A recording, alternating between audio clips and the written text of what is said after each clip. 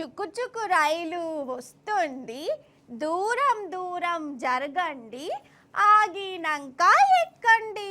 అబ్బా, ఎప్పటిదో పెద్ద బాల శిక్షలా చిన్న పిల్లల పాఠం. ఇప్పటి పిల్లగాళ్ళకు చదివిస్తానో లేదో మరి పాఠాలు.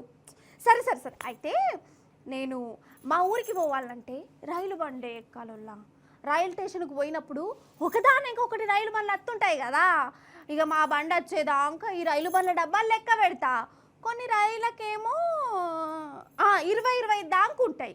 ఇక మాల్గాడి గూడ్స్ బండ్లకేమో 30-40 దాకా ఉంటాయి. కానీ ఇప్పుడు మీరు ఇదివరకు ఎన్నడూ చూడని వినని రైలు బండిని చూపిస్తా. దానికి ఎన్ని బోగీలు ఉన్నాయో లెక్క పెట్టుర్రి. ఛాలెంజ్ పురాగా లెక్క పెడితే మీ ఓపికకు నేను శబాష్ అని కూడా అంటా. అగో బండి తంది చక చక చక చక చక చక చక చక చక. అగో ఇప్పుడు మనం ఒక రైల్ స్టేషన్లోనే ఉన్నాం. బండి వచ్చే ఆలైంది. Ready start.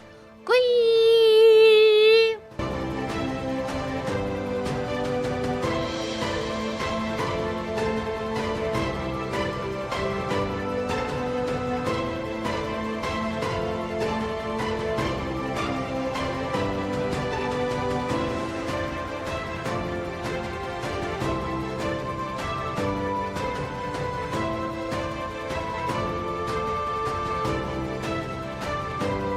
వామ్మో వాయో, ఇంకా ఓడతలేదు కదా.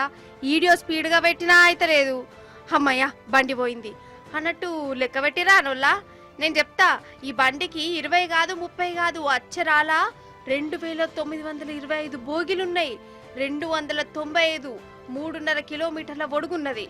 అరే అవంటే రైలు వండే 3.5 కిలోమీటర్లు ఉన్నదోళ్ళ డబ్బాల మీదకి వెళ్ళి ఈ కొస నుంచి ఆ కొసకు నడితే 3.5 కిలోలు నడిచినట్టు అవుతుంది అన్నట్టు. ఈ బండి పేరు సూపర్ వాసుకి అట. బొగ్గు పిల్లలు పంపడానికి వాడతారు. దగ్గర దగ్గర 26 టన్నుల వజన్ ఇది మోసుకపోతున్నలా. గంత పవర్ఫుల్ అన్నట్టు.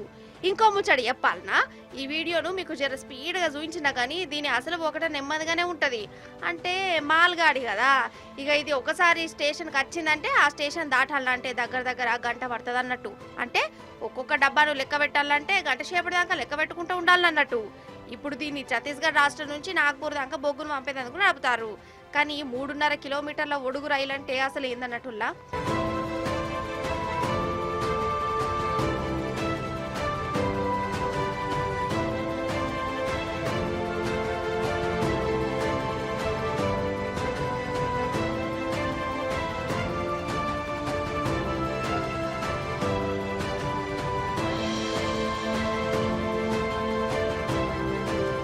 ఇక మలుపులు మలిగేటప్పుడు నాగుమాం లెక్కనే కనబడుతుందట. అందుకే దీనికి వాసుకి అని పేరు పెట్టినామని చెప్పుకత్తాన్లు. అంతా మంచిగానే ఉన్నది. కానీ సపోజ్ మనం మన ఊరు పోయే రైలు ఎక్కి పోతున్నామో అనుకో. మన రైలుకి ఎదురుగా ఈ బండి వచ్చింది అనుకో. అది పోయేదాకా మన బండిని క్రాసింగ్ అని ఆపితే ఎట్లుంటుందోలా. గంట సేపటిదాకా మన రైలు నడితే వల్లనే ఆగవలసి ఉంటుంది కావచ్చు. అమ్మో దేవుడా, ఎన్నడూ కూడా మేము ఎక్కిన రైలుకు ఎదురు రాకుండా చూడుసామే అని మొక్కోవాల్సిందేగా.